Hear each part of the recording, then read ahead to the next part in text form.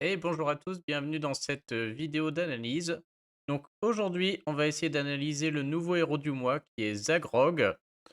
Donc pour les analyses, les avis n'engagent que moi.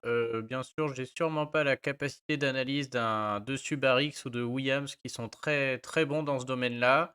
Je vais m'y essayer quand même, je vais essayer de noter le héros. Comme d'habitude, il peut y avoir des évolutions, dans le jeu. Déjà, il peut y avoir des mises à jour, des nouveaux héros et je peux aussi, peut-être oublier quelque chose. Donc, dans les commentaires, n'hésitez pas si vous avez des avis, des choses que j'ai oubliées, comme d'habitude, vous les mettez en commentaire et donc en plus de la vidéo, vous pouvez aller voir dans les commentaires s'il y a eu des mises à jour sur ce héros. Donc je vous rappelle qu'au niveau des notations, on va le noter sur 10. 1 ou 2 sur 10, ça veut dire que le héros ne sert à rien dans la catégorie cité et que bon, il est à éviter, hein, clairement.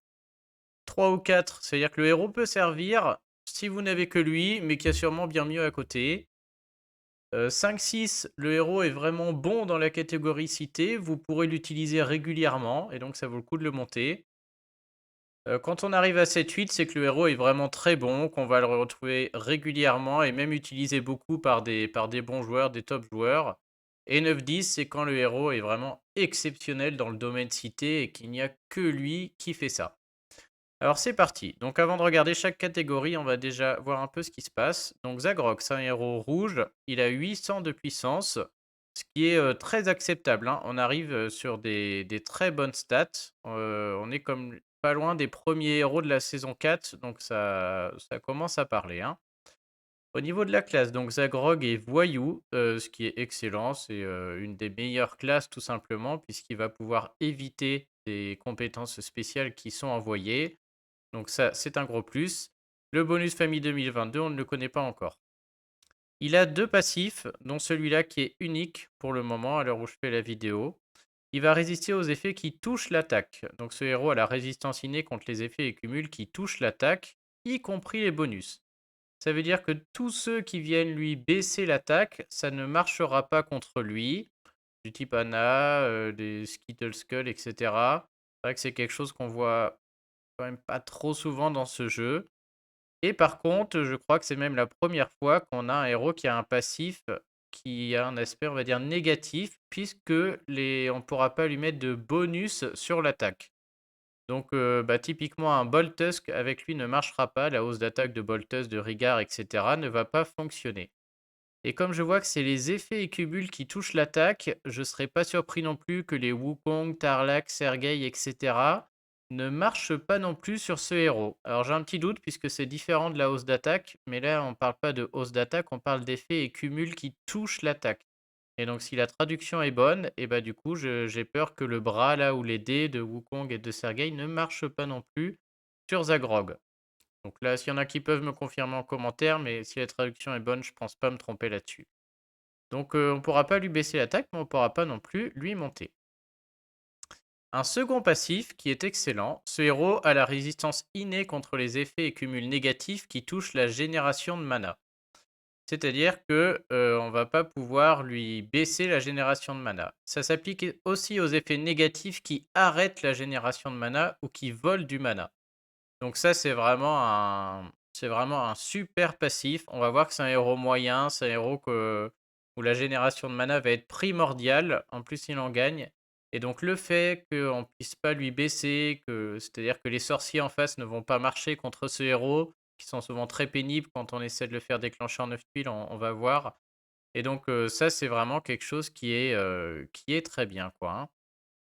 Donc, à voir après ce qui arrête la génération de mana, donc je pense que tout ce qui est, alors c'est toujours assez compliqué, je confonds toujours entre les L, les Alfric, les Tétuc et tout, qui sont des choses comme ça un peu différentes. Mais j'ai l'impression que les L et compagnie ne vont pas marcher et ceux qui volent du mana, j'en vois pas comme ça, je sais plus si Ferrand fait pas ça. En tout cas, du coup, on va dire, c'est pas ce qui va changer la donne. Pour moi, je vois surtout l'aspect où c'est très, très bien dans le sens, on va voir que ce héros, on va chercher à le faire déclencher en 9 tuiles et du coup, si on arrive à réunir les conditions, bah, on n'aura pas de mauvaises surprises, notamment avec des sorciers ou autres. On va y arriver et c'est ce qu'on cherche, donc c'est vraiment très bien qu'il ait ce passif-là, hein. Au niveau des statistiques, c'est un héros assez équilibré. Il a 772 en attaque, 751 en défense et 1394 en points de vie. Donc vraiment, c'est un héros très équilibré sur le papier et pour un héros du mois, on arrive à 800. Alors Pixel me faisait remarquer que chez les héros du mois gagnaient 1 de puissance par mois apparemment. En tout cas, moi je trouve ça très acceptable, hein. On est sur des bonnes stats et puis j'aime bien les héros équilibrés. La compétence spéciale, la main différente, vitesse de mana moyen, donc on verra ça va être primordial dans l'analyse. Il inflige 430 de dégâts à la cible et des dégâts mineurs aux ennemis proches. Donc là, déjà, avant même qu'on fasse l'analyse, je vous le dis, 430 de dégâts à la cible et des dégâts mineurs aux ennemis proches, c'est énorme, c'est très, très fort. C'est dans les plus forts du jeu. J'ai cherché un peu, hein.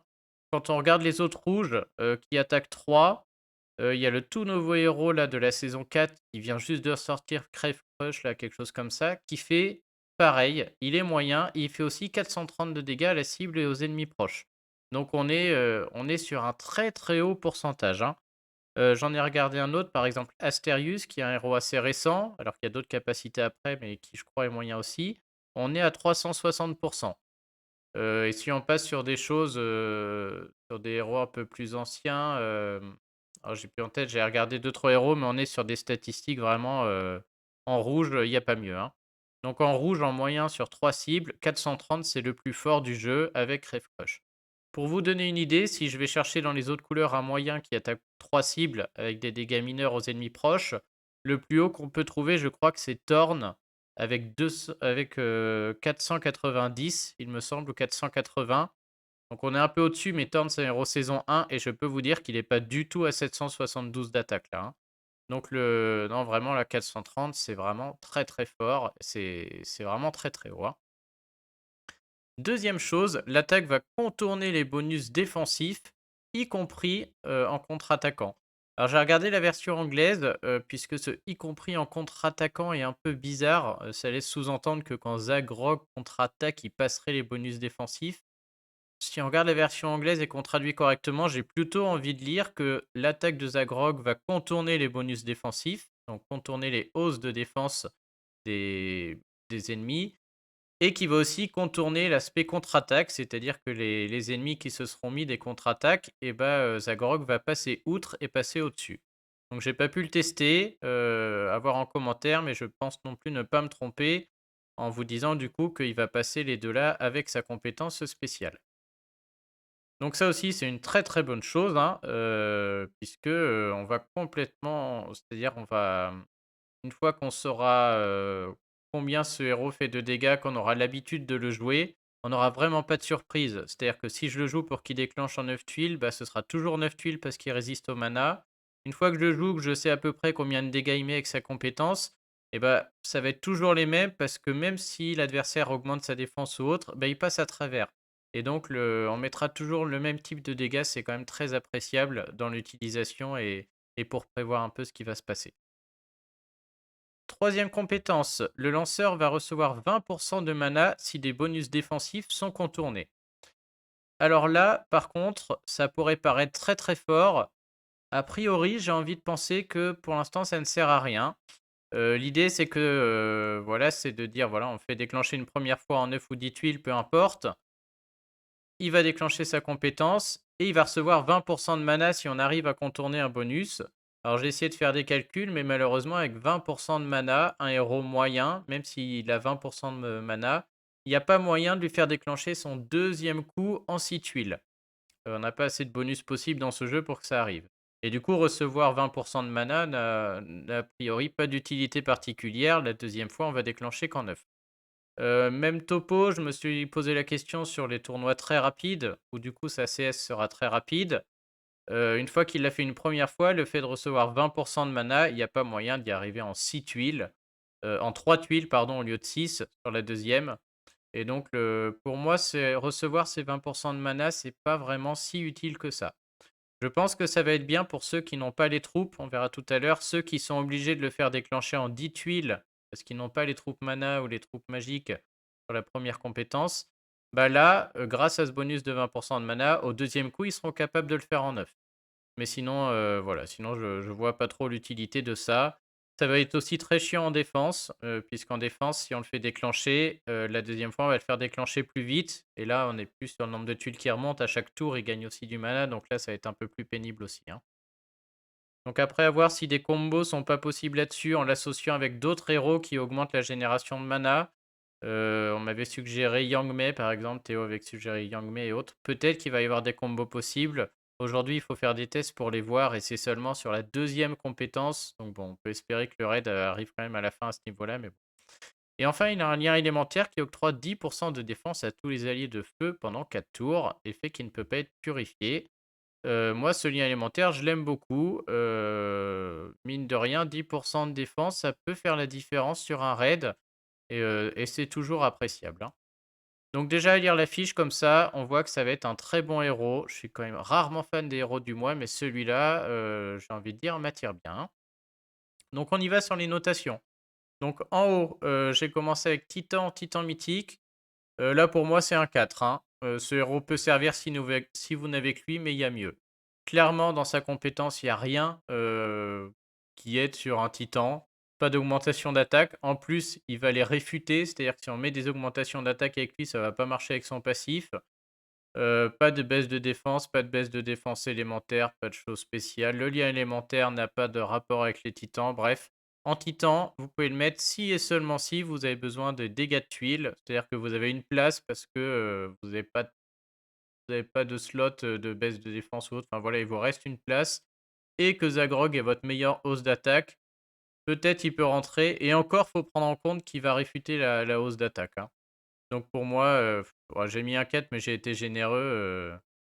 On pourrait même lui mettre un 1 ou un 2 parce que, comment dire? Faudrait vraiment que ce soit votre seul héros 5 étoiles, et que ses dégâts de tuiles soient plus hauts que d'autres héros qui se feraient augmenter l'attaque. Donc ouais, j'ai mis 4 mais franchement, je pourrais lui mettre un 1 ou un 2. À mon je vois pas de circonstances dans lesquelles vous le mettez, hein. Même des 4 étoiles seront bien meilleures, ne serait-ce que Scarlet, par exemple, il explose en dégâts de tuiles, donc bref. Donc je le mets quand même pour ses dégâts de tuiles parce qu'il a des bonnes stats, il résiste bien et j'ai un 4 très généreux parce que c'est le premier qui passe à la notation.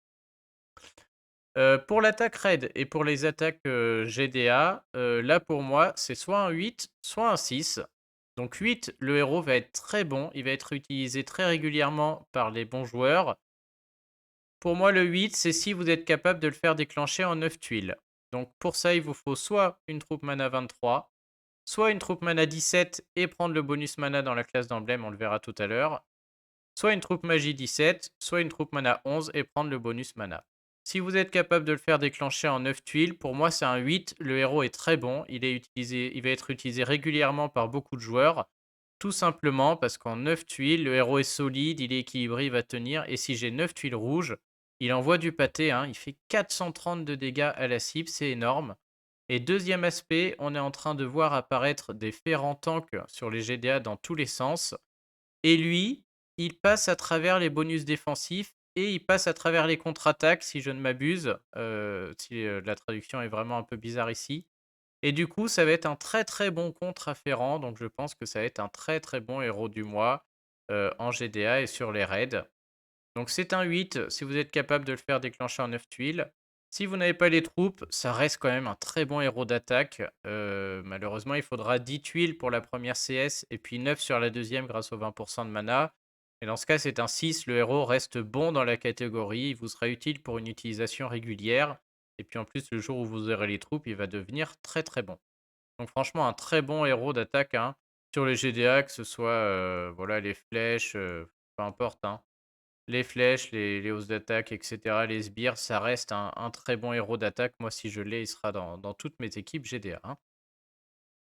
En termes de défense, sur les défenses raid ou sur les défenses, GDA, pour moi, il oscille à 6-7, c'est-à-dire le héros est bon dans la catégorie, peut-être pour une utilisation régulière, voire 7, le héros est très bon ou sera utilisé peut-être par beaucoup de joueurs. Hem Alors, ce qui me plaît dans le fait, pour la défense, clairement, c'est déjà la classe, classe voyou. Ça, c'est vraiment très, très bien. C'est-à-dire qu'il va pouvoir esquiver et il va pouvoir rester.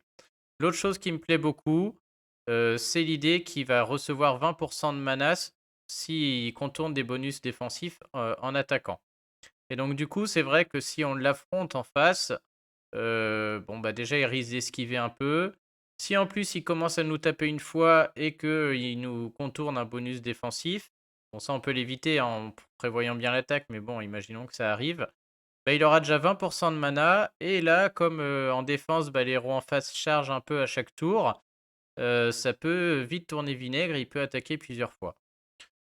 Pour autant, voilà, pour moi, c'est pas un top héros non plus en défense, déjà parce qu'on a beaucoup mieux à côté. On a des Ferrand, on a des Elisabeth, des Octros qui font beaucoup plus peur que lui, donc il aura peut-être pas forcément sa place. 2e aspect aussi qui m'embête, je l'ai perdu. Oui, c'est que j'aime pas trop ces héros qui attaquent, la cible et des ennemis proches. Le problème de ces héros, c'est que en défense, ils attaquent pas forcément au milieu, ils attaquent sur les côtés et du coup, très souvent, au lieu d'attaquer 3, ils attaquent 2. Donc on a une CS qui est, on va dire, équilibrée, qui est prévue pour attaquer 3 personnes, mais en défense, bah, souvent, il va en attaquer que 2 et donc ça, je vous avoue que je trouve ça un peu dommage, hein. Donc voilà, pour moi, c'est un 6-7, on reste sur un très, très bon héros et voilà, si je l'ai en face, ça va être quand même très pénible. Maintenant, il y a beaucoup mieux en ce moment, donc pour moi, c'est plutôt un héros d'attaque, hein. Après, selon votre deck, ça peut se transformer en défense et notamment la classe s'y prête, mais c'est surtout en attaque où moi, il va m'intéresser, je trouve.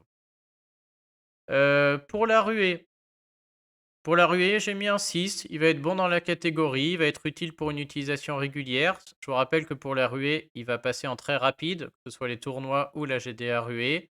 Il devient très rapide, donc une troupe mana 11 suffit à le faire déclencher en 6 tuiles. Sinon, il faut prendre le bonus mana et c'est une troupe mana 5, il me semble, de mémoire. Vous avez une vidéo sur, je fais une vidéo sur le sujet. Du coup, sur ces tournois-là, bah voilà, un peu la même réflexion. Le fait qu'il gagne 20 de mana ne vient pas permettre de faire mieux que 6 tuiles, hein.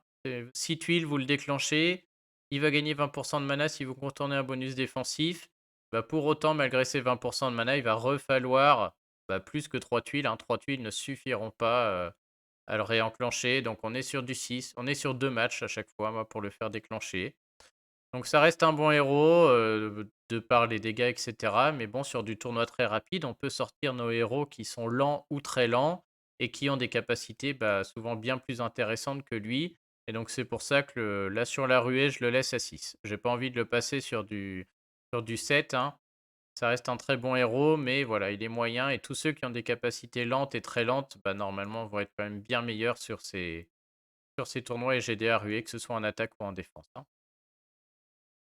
Ensuite, sur les tournois sans soin, là, je reviens un peu à ce que je disais sur l'attaque raid ou GDA. Pour moi, c'est un très, très bon héros en attaque, notamment sur les tournois sans soin quand on en attaque. C'est un 8 si on est capable de le faire déclencher en 9 tuiles, clairement, et un 6 si on n'est pas capable, puisque tout de suite, 10 tuiles, il perd un peu de son intérêt. Mais bon, voilà, c'est en plus, il fait énormément de dégâts. Donc sur les sans soins, c'est vraiment très fort. C'est très très possible que sur ces tournois sans soins, en face, on ait des contre-attaques. Et donc là, on est très content d'avoir un héros qui puisse attaquer et passer outre la contre-attaque, notamment dans un tournoi sans soins. Donc là, c'est un 8 ou un 6, clairement, il va briller dans ces tournois sans aucun problème. En plus, il esquive, ce qui est une des meilleures classes dans ces tournois sans soins. Donc pour moi, même topo que sur l'attaque raid et GDA, hein, il est très très bon. C'est un 8, un peu moins bon si vous le faites en 10 tuiles. Et j'aurais presque envie de mettre un 8,5 et 6,5 tellement sur ces tournois-là, il va être meilleur, hein. Voilà, le fait qu'il esquive et tout ça, c'est vraiment pas mal, quoi. En plus, même le lien élémentaire s'y prête. Enfin, vraiment, le très très bon héros à ce niveau-là. Sur les tournois booster de bonus, un peu la même réflexion, hein. Notamment, en face, on risque d'avoir des héros qui viennent augmenter la défense, puisque l'augmentation de défense, c'est un bonus et donc souvent en défense, on va essayer de se mettre des choses comme ça et du coup, il a de grandes chances de pouvoir contourner le bonus défensif et voilà, d'utiliser la capacité passive qu'il a là. Donc donc aussi un très bon héros, on reste sur le même nombre de notations, hein. Je reviens sur la GDA ruée, pardon, j'avais fait un petit oubli, hein. J'avais quand même mis une bonne note pour ce en GDA ruée, on a souvent des héros qui viennent un peu nous embêter avec la génération de mana pour pas qu'on déclenche en 6 tuiles. Je lui avais mis un 6 et pas un 5 parce que il va pouvoir quand même éviter ça sur la ruée, on est sûr de le trouver en 6 tuiles et donc ça reste quand même très bien. Donc vraiment, un très, très bon héros qui pour moi j'espère l'avoir et l'utiliser surtout en attaque et en plus dans la méta actuelle avec les ferrants et autres, ça va être vraiment fort et si en plus vous êtes capable de le faire déclencher à 9 tuiles, là ça devient très bien. Ensuite la ligne, est-ce qu'on peut l'utiliser, de manière particulière pour les événements, pour la tour, pour la province? Voilà, est-ce qu'il y a des remarques particulières à ce niveau-là? Moi je trouve que oui. Bon, dans la province si vous voulez, pas de souci, hein, juste pour les stats. Par contre, pour l'événement, je pense que ça va être très fort, hein, sur du vous savez, l'événement où on essaie de le finir vite et autres, il y a que 3 ennemis à chaque fois. Je prends l'exemple de Cillian ou Gardien Faucon, tout ça, qui sont des super héros dans l'épique pour ceux qui scorent ou même pour le finir vite. Du coup, dans le légendaire, souvent, on voit des Marjana Costume qui en attaque 3, suivi de Kagan qui en attaque 3. Lui, il a sa place aussi, hein, il en attaque 3, il attaque très, très fort avec 430. Du coup, voilà, ceux qui n'ont pas des top teams ou encore de rouges bien fournis, ils rentrent parfaitement, hein. Un enchaînement, Wilbur, Faucon et puis lui après qui tape, ça permet de finir rapidement et donc de scorer. Donc pour l'événement, il a une très bonne place. Notamment, on a Wilbur qui rentre systématiquement, le combo Wilbur-Faucon là, ou Wilbur-Marjana et donc lui s'y prête aussi à attaquer sur 3 donc il va y être sans aucun doute. Et pour les ninjas, je l'ai mis aussi puisque tour ninja, tour magique, on peut prendre un bonus qui fait qu'à chaque fois qu'on lance une compétence spéciale, on gagne un peu de mana. Et là, tout de suite, le fait qu'ils prennent 20 de mana en contournant des bonus défensifs, bah là, ça joue vachement, hein. C'est un héros qu'on va pouvoir déclencher en boucle. Ce qu'il va déclencher, il va gagner 20 de mana. En plus, il va gagner un petit peu dès que son copain déclenche, puis un petit peu dès que l'autre copain déclenche. Et on serait pas loin d'aller trouver, un héros qui puisse déclencher en boucle avec Snowfold ou autre. Ils vont peut-être corriger ça, c'est déjà possible, mais, là, du coup, le fait de recevoir 20 de mana, ça devient intéressant et ça permettra peut-être de finir des boss en boucle plus facilement. Au niveau de son chemin d'emblème, alors là, 2 réflexions. Est-ce que vous faites attaque ou est-ce que vous faites défense?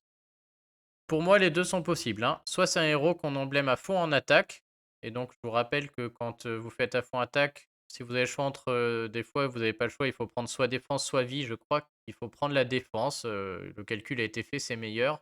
Donc soit attaque et puis défense quand on est obligé, soit on réfute totalement l'attaque et on le fait à fond défense vie. Pour moi, les 2 sont possibles, ça va dépendre de comment vous le jouez, je pense, dans votre équipe d'attaque. La question, c'est comment vous l'associez dans votre équipe d'attaque. Si vous le mettez dans un mono rouge, par exemple, avec que des rouges qui déclenchent en 9 tuiles ou en 10 tuiles, effectivement, là, on n'a peut-être pas besoin des dégâts de tuiles et donc l'attaque est un peu moins intéressante. On va plutôt préférer le garder en vie le plus longtemps possible. Pour moi, c'est un héros qu'on va pouvoir combiner pour faire des 4-1 ou des 3-2, c'est-à-dire mettre 3 rouges très, très efficaces, hein. Typiquement, bon j'exagère, mais si j'ai une Marjana costume, un Zagrog et un Crève Crush, bah, si j'ai 9 tuiles rouges, c'est fini quoi, je tue tout le monde. Et donc dans ce cas-là, ouais, dans ce cas-là, voilà, enfin comment? Je vais la reformuler. Pour moi, soit, votre rouge, donc soit un mono ou 4 rouges, c'est-à-dire si vous touchez vos 10 ou 9 tuiles rouges, soit vos rouges sont capables d'écrémer tout un côté et dans ce cas-là, vous allez privilégier la défense et la vie pour le maintenir en vie le plus longtemps possible et espérer qu'il déclenche. Soit comme moi, vous n'êtes pas blindé de héros, des héros moyens à déclencher en 9 tuiles, vous pouvez pas en faire 50 et dans ce cas-là, moi en attaque, j'ai envie qu'il soit très impactant. C'est-à-dire que si je mets que 3 rouges, moi, on va dire que c'est par exemple, Gormek, lui et puis, on va dire Scarlet par exemple, 3 héros rouges qui attaquent sur 3 cibles. J'ai envie que si je touche mes 9 tuiles et que Gormek, Scarlet et lui déclenchent en même temps, bah, j'ai envie que les héros soient déjà un peu abîmés par ces 9 tuiles rouges et que je puisse finir, tout un côté avec ces 3 héros. Et dans ce cas, j'ai besoin de prendre l'attaque pour que mes dégâts de tuiles soient importants. Donc je peux difficilement vous dire, ce qui est le mieux, hein, ça va vraiment dépendre de votre deck et de comment vous comptez le jouer. J'ai envie de penser que les gros joueurs qui ont déjà des très bons héros et beaucoup de troupes vont le mettre en défense vie pour le garder en vie le plus longtemps possible, parce qu'ils savent qu'une fois qu'il déclenche, il va de toute manière tuer avec les autres. Sinon, la majorité des gens, à mon avis, sont comme moi, vont le mettre à fond en attaque pour qu'il soit très, très, très impactant et que ce soit encore plus impactant aussi au niveau de sa compétence spéciale, hein, puisque plus vous lui boostez l'attaque, plus les 430 feront mal. Donc là, ça dépend vraiment de votre deck et de comment vous allez le jouer, mais les 2 sont acceptables. Est-ce qu'il faut prendre le bonus mana, dans le chemin d'emblème? Là, tout dépend de votre troupe, hein. Je la refais. Selon dans votre équipe où vous allez l'aligner, si vous êtes capable de lui mettre une troupe 23 mana ou une troupe 17 magique, vous n'avez pas besoin du chemin d'emblème. Si vous n'êtes pas capable, c'est-à-dire si vous n'avez qu'une troupe 17 mana ou une troupe 11 magique à lui mettre, il faudra le chemin d'emblème pour qu'il puisse déclencher en 9 tuiles. Même topo sur le tournoi très rapide. Si vous êtes capable de lui mettre une troupe 11, vous n'avez pas besoin du chemin de mana. Si vous ne l'avez pas, si vous n'avez qu'une troupe mana 5, et ben dans ce cas-là, il faut lui prendre le chemin mana pour pouvoir le faire déclencher en 6 tuiles sur ces tournois. Il va être très utile en attaque et autres, donc c'est vraiment important de se pencher sur la question avant, hein. Et voilà, si vos troupes n'y sont pas encore, mais que vous y arrivez bientôt, prenez le bonus mana. Ça vaut le coup de perdre l'autre option. Je sais plus s'il est critique ou pas, mais et de pouvoir le déclencher en 9 tuiles, c'est vraiment trop important sur un héros comme ça, hein. Est-ce qu'il faut le limit break? Alors j'ai envie de dire pourquoi pas si vous n'avez pas d'autres héros clés, c'est ce que j'ai mis, hein, oui si pas d'autres héros clés. C'est-à-dire qu'aujourd'hui en rouge, il est fort, c'est un de ceux qui attaque le plus à 430, mais on a quand même des héros qui sont au-dessus. Si vous avez une Elisabeth, un Octros, des nouveaux héros qui vont arriver, on va voir. Ces héros-là restent quand même bien plus forts en limit break. Heu, Bon, c'est un 4 étoiles, j'en parle pas, mais du coup, il y a quand même mieux, hein. Donc si vous avez un top héros, type Elisabeth, Octros là, qu'on hyper efficaces aussi en moyen, c'est plutôt eux qui méritent leur break puisque, c'est eux que vous allez aligner en défense et non pas Zagrog. Et même si Zagrog est très impactant en attaque et peut être très bien dans une équipe, ces autres héros vont être là en défense, dans vos défenses GDA et autres, donc c'est eux qui passent en priorité. Par contre, si voilà, si vous n'avez que lui ou si c'est le un des héros récents que vous touchez, si comme moi vous voilà, vous avez pas trop de rouge, moi clairement si je le prends en rouge, j'ai pas tous ces top héros, alors j'ai quand même une Dame Loki, j'ai quand même une Vanda, j'ai les héros saison 1 que je peux encore monter. Si je le touche, pour moi ça va être un candidat au limit break et je vais, sûrement y réfléchir. Et encore une fois, j'y réfléchirai de la même manière, c'est-à-dire que, est-ce que dans ma composition d'attaque, que moi c'est vraiment un héros qui, pour moi, va servir à attaquer, est-ce qu'il permet bien de finir tout un côté avec les dégâts de tuiles et autres? Si c'est pas le cas, je vais le breaker pour qu'il puisse faire ça. Les combos possibles avec d'autres héros, bah, l'idée c'est de le faire déclencher en 9 tuiles et de l'associer à d'autres héros qui déclenchent en 9 tuiles. Donc typiquement avec des Asterius. Si vous n'avez pas les troupes mana pour tout ce beau monde, avec des héros, par exemple Gormek Costume. Un Gormek Costume, une troupe mana 5 suffit et vous le jouez avec Zagrog. Du coup une troupe mana 5 ou une troupe magie 1 pour Gormek Costume. Vous jouez avec Zagrog, bah, lui, faut comme j'ai dit, à 23 ou 17. Gormek qui baisse la défense, suivi de Zagrog qui met sa compétence. Je peux vous dire que ça va faire tomber quelqu'un, hein. Si en plus on peut ajouter un Kestrel là-dedans qui est rapide, ça peut être Scarlet aussi qui est rapide, qui attaque sur 3. J'avais pensé à Wilbur, bon là c'est un peu tout le monde.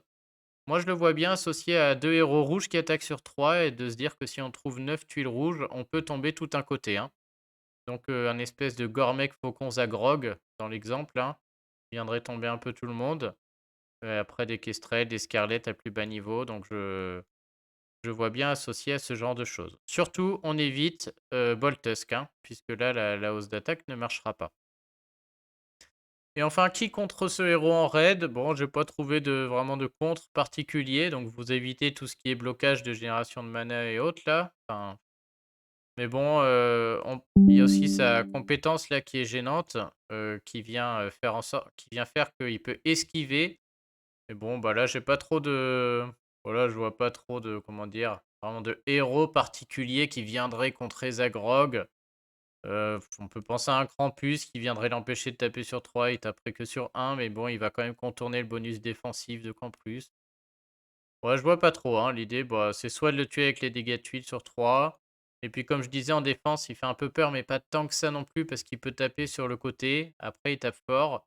Et puis en défense, bah, les moyens, ça se ressent quand même. Heu, donc là-dessus, ouais, je le vois pas. Peut-être en commentaire si vous avez des idées, hein. Donc de manière générale, moi je trouve vraiment que c'est un très, très bon héros du mois. Je suis souvent déçu sur les héros du mois, typiquement, Yang Mei par exemple. Là, je peux me tromper, mais j'ai l'impression qu'on est quand même sur du lourd et sur un héros très utile qui va faire du bien. et avec des très, très belles associations possibles, en 9 tuiles sur du 3-4 rouges, dans une équipe avec 3-4 rouges. Même avec des héros 4 étoiles comme Scarlet Gormek, ça peut être vraiment fun et encore une fois, ça donne envie de monter ses troupes, magie à 11, ses troupes mana à 17 pour aller le toucher en 9 tuiles, hein. Voilà, donc n'hésitez pas, si vous voyez autre chose que je n'ai pas dit, si vous n'êtes pas d'accord, et cetera, en commentaire. Moi, je suis ouvert à tout, je vous donne juste mon analyse et puis après, bah, chacun est libre d'être d'accord ou pas et vous pouvez partager votre vision en commentaire. Allez, à bientôt!